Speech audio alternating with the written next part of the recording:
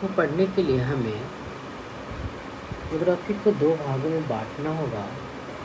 First is called physical geography and second is called human geography. In physical geography we discuss basics of geography, geomorphology, geomorphic process and landform, geographical phenomena, oceanography, climatology and climate regions. First, we discuss about basics of geography. Basics of geography में हमारा syllabus है origin of universe, stars, constellation, solar system में हमें asteroids, meteors, मेटियोराइट, साथ में comets, planets and dwarf planet का study करना है. उसके साथ ही हम evolution of earth and formation of moon का कॉन्सेप्ट भी डिस्कस करेंगे. ओरिजिन ऑफ यूनिवर्स को समझने के लिए हमें समझना होगा big bang theory. Big bang theory एक ह्यूज थ्योरी है जिसे हम एक्सपेंडिंग यूनिवर्स हाइपोथेसिस भी कहते हैं. इस थ्योरी के अकॉर्डिंग हाइपोथेसिस है कि billions of years ago, whole particles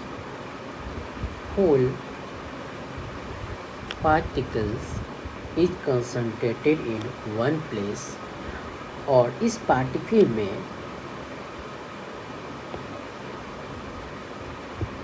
tiny ball से मिलके बना हुआ ये पार्टिकल्स था जिसे हम सिंगुलर एटम्स कहते थे. इसका इमेजिनेबल स्मॉल वॉल्यूम थे, इनफाइनाइट टेम्परेचर था और इनफाइनाइट डेंसिटी था, जिसकी वजह से टेंशन हुई और इसमें एक्सप्लोजन हुआ. एक्सप्लोजन की वजह से इसमें एक्सपेंशन शुरू हुए. इस तरह से इसमें एक्सपेंशन हुए. एक्सपेंशंस में dust particle, gases and energy थे. लेकिन आपके दिमाग में क्वेश्चन आया होगा कि ये जब एनर्जी का फॉर्म था तो गैलेक्सीज में बहुत सारे planets, solar system, asteroids, comets etcetera का फॉर्मेशन कैसे हुआ. इसे समझने के लिए हमें रिवर्स टेक्निक या रिवर्स इंजीनियरिंग को समझना होगा. एक्चुअली में शुरुआती में जब हबल ने टेलीस्कोप बनाए और इस टेलीस्कोप का इमर्जेंस और एडवांसमेंट होते गया तो देखा गया इस गैलेक्सी में लगातार एक्सपेंशन हो रहा है जिसके वजह से एक गैलेक्सी दूसरी गैलेक्सी से दूर जा रही है. और साथ में इन्होंने पाया कि अप्रॉक्स 10 की पावर 11 गैलेक्सीज हैं और वन गैलेक्सी में अप्रॉक्स 10 की पावर 11 स्टार्स हैं. इसे रिवर्स इंजीनियरिंग के थ्रू पाया गया कि हो सकता है स्टार्टिंग में ये सारे पार्टिकल्स एक जगह कॉन्सेंट्रेटेड थे. फिर एक क्वेश्चन एराइज हुआ कि आखिर ये एनर्जी का फॉर्म जब एक्सप्लोजन हुआ तो पार्टिकल्स में और प्लैनेट्स में और साथ में बड़े बड़े स्टार्स में कैसे चेंज हो गया. तो आपको पता है कि आइंस्टीन ने एक फार्मूला दिया था E=mc², जहाँ E एनर्जी है, M मैटर का मास है और C लाइट का स्पीड है. ज़रा आप सोचिए इसके अकॉर्डिंग यदि हम mass it means stars, planets asteroid etcetera etcetera हम आसानी से E/c² के फार्मूला से फाइंड आउट कर सकते हैं। इस तरह से हमारे गैलेक्सी में एनर्जी के कंसंट्रेशन से, एनर्जी के कंजुगेशन से एलिमेंट्स बने। लाइक है, जैसे कि आप जानते हैं जो सबसे स्मॉलेस्ट पार्टिकल है इलेक्ट्रॉन, प्रोटॉन और न्यूट्रॉन। साथ ही आपको पता होगा कि प्रेजेंट सिनारियो में साइंटिस्ट ने एक न्यू पार्टिकल्स खोजा है जिसे बोस हिग्स पार्टिकल्स कहते हैं। इस पार्टिकल्स को गॉड पार्टिकल्स भी कहा जाता है। तो इन सब के मिलने से हमारा सोलर सिस्टम में गैलेक्सीज और प्लैनेट्स, स्टार्स एक्सेट्रा का फॉर्मेशन हुआ। बस हमारा एग्ज़ाम के लिए बस इतना ध्यान देना है कि बिग बैंग थियरी के थ्रू हमारा यूनिवर्स का एवोल्यूशन हुआ। यहाँ से एक क्वेश्चन एराइज हो सकता है। नेक्स्ट कंसेप्ट हमें समझना है light year exam point of view से इसलिए इम्पोर्टेंट है कि लाइट ईयर के बारे में पूछता है कि ये मेजरमेंट ऑफ डिस्टेंस है या मेजरमेंट ऑफ टाइम है। तो आपको ध्यान रखना होगा light year measurement of distance नहीं, डिस्टेंस है, ना कि लाइट ईयर टाइम का कोई सिंबल है। तो हमें लाइट ईयर से डिस्टेंस का मेजरमेंट करते हैं जो 1 ईयर में लाइट द्वारा ट्रेवल किया गया डिस्टेंस होता है। एक एजम्पशन के थ्रू 1 लाइट ईयर्स इक्वल होता है 9.46 ट्रिलियन किलोमीटर। अब हमें समझना है सोलर सिस्टम को। सोलर सिस्टम को समझने के लिए हमें ये नॉलेज रखना होगा कि आखिर सोलर सिस्टम में स्टार्स, सन्स एनर्जी कहाँ से गेन करते हैं। तो आपको पता होगा कि जब हमारा बिग बैंग एक्सप्लोजन हुआ था तो उस समय 95% हमारा हाइड्रोजन था। और आपको पता है हाइड्रोजन प्रोटॉन प्लस इलेक्ट्रॉन से मिलके बना है, यानी तो इट मीन्स कि सबसे लाइटेस्ट एलिमेंट हमारा हाइड्रोजन ही है।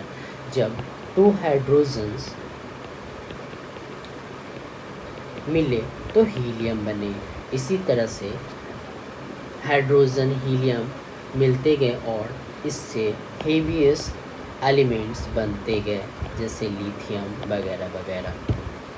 अब हमें समझना है कि ये हाइड्रोजन प्लस हाइड्रोजन मिलके हीलियम बनाता है और इस हीलियम से अमाउंटेड क्वांटिटी में एनर्जी का प्रोडक्शन होता है। इस प्रोसेस को हम न्यूक्लियर फ्यूज़न कहते हैं। इसे हाइड्रोजन न्यूक्लियर भी कहते हैं। अब हमें दूसरा कॉन्सेप्ट समझना है सोलर विंड का। एक्चुअली में सन के सरफेस पे एनर्जी के प्रोडक्शन होने के वजह से यहाँ समय समय पे सोलर विंड का मूवमेंट होता है। इस सोलर विंड के वजह से इजेक्शन ऑफ प्लाज्मा होता है। प्लाज्मा के बारे में आपको पता होनी चाहिए कि यह एक एक्सट्रीमली हॉट चार्ज्ड पार्टिकल है जो हमारे यूनिवर्स में अबाउंडेंस क्वांटिटी में है और इसके वजह से हमारे यूनिवर्स में एक एनर्जी, इट मीन्स कि प्लाज्मा को एनर्जी के रूप में स्टोर करने की बात कही जा रही है, जिससे हम अपने ज़रूरतों की एनर्जी को यहाँ से प्राप्त कर सकते। बट यह टेक्नोलॉजी काफ़ी ही टफ है और यह अभी रिसर्च स्टेज में ही है। नेक्स्ट कंसेप्ट है हमारा सोलर या स्टेलर फ्लेयर्स। एक्चुअली में सोलर फ्लेयर्स इजेक्ट्स करते क्लाउड्स ऑफ इलेक्ट्रॉन्स को, आयंस को और atoms along with the electromagnetic radiation को। इट मीन्स कि सोलर फ्लेयर्स जो है सन के सरफेस पे ही ये प्रोड्यूस होता है, जिसमें electron, ions, atoms and electromagnetic radiation होता है। इसका इम्पैक्ट यह पड़ता है कि इसके इजेक्शन से हमारा अर्थ का डायरेक्शन प्रभावित होता है। साथ में इस पार्टिकल हीटिंग से अपर अर्थ एटमॉस्फेयर में ऑरोरा या पोलर लाइट का क्रिएशन होता है। जब यह सोलर फ्लेयर हमारे नॉर्थ पोल पे फाइंड की जाती है, जिसे ऑरोरा बोरेलिस कहते हैं, जो नॉर्दर्न लाइट कहलाता है। और जब यह सोलर फ्लेयर हमारे साउथ पोल पे पड़ते हैं, इसे ऑरोरा ऑस्ट्रेलिस कहा जाता है, जिसे सदर्न लाइट भी कहा जाता है। अब हमें ये पता करनी है इस ऑरोरा ऑस्ट्रेलिस और ऑरोरा बोरेलिस से क्या होता है। तो इसके साथ साथ एक्स रेज और यू रेज भी प्रोड्यूस होता है, जो आयोनोस्फीयर को डिस्टर्ब करते हैं। और आपको पता होगा कि ये हमारा अर्थ है और इसका ये एटमॉस्फेयर है, और इस रेंज में आयोनोस्फीयर है। और इस आयोनोस्फीयर एक आयोनाइज्ड स्फीयर है, जहाँ से हमारे अर्थ द्वारा भेजा गया रेडियो वेव वापस हमारे अर्थ के रिसीवर तक पहुँचता है, जिसके वजह से हम लोग रेडियो फ्रीक्वेंसी, टीवी फ्रीक्वेंसी सुन पाते हैं और देख पाते हैं। बट इस एक्स रेज और यूवी रेज, इट मीन्स की सोलर फ्लेयर्स की वजह से हमारा आयोनोस्फीयर डिस्टर्ब हो जाता है और रेडियो कम्युनिकेशन को नुकसान पहुंचता है। अब हमें समझना है सन स्पॉट को बस सिंपल समझना है कि ये सन पे छोटे स्मॉल स्पॉट है, जो कंपेरेटिवली यहाँ का टेम्परेचर लो होती है। और यह एवरी 11 ईयर्स की इसकी साइकिल्स होती है। नेक्स्ट हमें समझना है प्लानेट के बारे में जानने के लिए हमें एक इंटरनेशनल एस्ट्रोनॉमिकल यूनियन का जो कमिटी बैठी थी 2006 में, उसमें को ध्यान में रखना पड़ेगा, जिसमें कि प्लानेट होने के लिए 3 कंडीशन का डिटर्मिनेशन किया गया था। जिसमें फर्स्ट था कोई भी प्लानेट यदि है तो वो must orbit a star. It means कोई ना कोई स्टार्स के ऑर्बिट में वो राउंड रिवोल्यूशन करता हो। जैसे हमारा सन एक स्टार है और इसके ऑर्बिट्स पे हमारे प्लैनेट्स रिवोल्यूशन करते हैं। दूसरा हमें समझना है sufficient mass for its self gravity.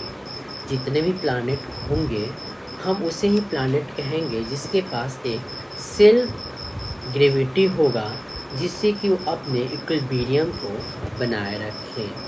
साथ ही हम कहेंगे इससे उसके पास एक हाइड्रोस्टैटिक इक्विलिब्रियम क्रिएट होगा और उसका शेप स्फेरिकल आएगा।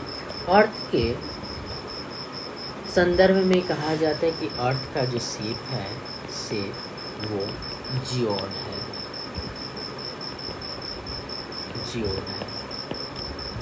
अब हमें नेक्स्ट कंडीशन समझना है, it must be big enough that it gravity clear away any other objects. साथ में कहा जाता है कि यदि कोई प्लैनेट है तो दूसरे प्लैनेट के ऑर्बिट को क्रॉस नहीं करेगा। यदि क्रॉस करेगा तो उसे प्लैनेट के सीरीज से हम रिमूव करते हैं। इसी तरह एक एग्जाम्पल है प्लूटो का। प्लूटो नेपच्यून का जो ऑर्बिट है उसे क्रॉस करता था, इसीलिए इसे प्लैनेट की कैटेगरी से हटा के ड्वार्फ प्लैनेट कहा जाने लगा। अब हम समझते हैं कि सन और सन से रिलेटेड इट मीन्स कि सोलर सिस्टम के कुछ इम्पोर्टेंट प्लैनेट। जो सबसे सन के जो सबसे नियरेस्ट प्लैनेट है उसे मरकरी कहते हैं। उसके बाद वीनस है, उसके बाद अर्थ है, उसके बाद मार्स है। ये 4 प्लैनेट्स की डेंसिटी ज़्यादा है इन आउटर 4 प्लैनेट्स के कंपेयर में, जिसके वजह से ये सॉलिड स्टेट में है, सॉलिड स्टेट। इसके बाद हम बात करते हैं जुपिटर, सैटर्न, यूरेनस और नेपच्यून। यह आउटर प्लैनेट है जिसे हम गैसियस प्लैनेट भी कहते हैं, क्योंकि इसकी डेंसिटी कंपैरेटिवली कम होती है, बट इसका जो साइज है वो बिग होता है। मार्स और जुपिटर के बीच में एक एस्टेरॉयड बेल्ट पाई जाती है, जिसमें छोटे छोटे smallest dust and small body remove करते रहते हैं। अब हमें समझना है ये एस्टेरॉयड बेल्ट में एस्टेरॉयड होता क्या, व्हाट इज एस्टेरॉयड। तो एस्टेरॉयड एक स्मॉल रॉकी ऑब्जेक्ट है जो सोलर सिस्टम के ऑर्बिटल अराउंड द सन के अराउंड ये रिमूव करते रहता है, ये एस्टेरॉयड। नेक्स्ट हमें समझना है कि एस्टेरॉयड जो है कहाँ है, तो मार्स और जुपिटर के बिटवीन है। कहा जाता है कि सबसे लार्जेस्ट एस्टेरॉयड का नाम सेरस है। नेक्स्ट अब हम समझते हैं शूटिंग स्टार। शूटिंग स्टार को हम 3 पार्ट में डिवाइड करके देख सकते हैं, मेटियोराइट्स, मेटियोर्स और मेटियोराइट। मेटियोराइट ऑब्जेक्ट इन स्पेस में है। यदि कोई ऑब्जेक्ट स्पेस में है, कोई बॉडी स्पेस में है, तो हम उसे मेटियोराइट कहेंगे, और ये dust grain to small asteroid है। जब ये मेटियोराइट्स हमारे एनवायरनमेंट में इसकी एटमॉस्फेयर में इन करेगा, तो इसे मेटियोराइट कहते हैं। Meteorites inter earth atmosphere is called meteorites like that. You can understand from this. Next meteorite, जब ये मेटियोराइट हिट कर जाएंगे और सरफेस को, तो हम कहेंगे ये मेटियोराइट है।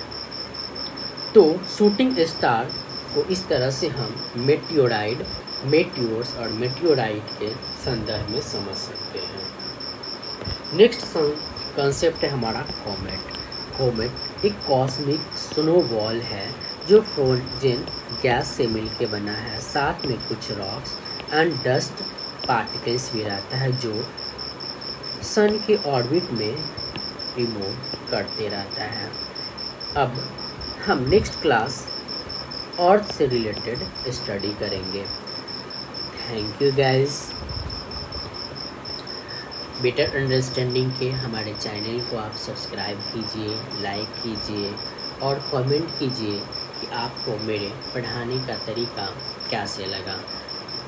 नेक्स्ट वीडियो हमारा करंट अफेयर्स का चल रहा है, उसी तरह से ज्योग्राफी चलेगा, हिस्ट्री चलेंगे, इकोनॉमिक्स चलेंगे, और साथ साथ हम लॉ के कुछ सब्जेक्ट का वीडियोस भी बनाएंगे, जो धीरे धीरे आप लोगों को अंडरस्टैंडिंग बढ़ाएगा, जो आपके नेक्स्ट एग्ज़ाम जैसे कि APO जुडिशरी सर्विस में आपको बेसिक अंडरस्टैंडिंग को बढ़ाने में हेल्प होगा, और प्रिलिमिनरी एग्ज़ाम में काफ़ी हेल्पफुल होगा, और आपके कॉन्सेप्ट में बिल्डअप होगी। थैंक यू गाइस आज के लिए।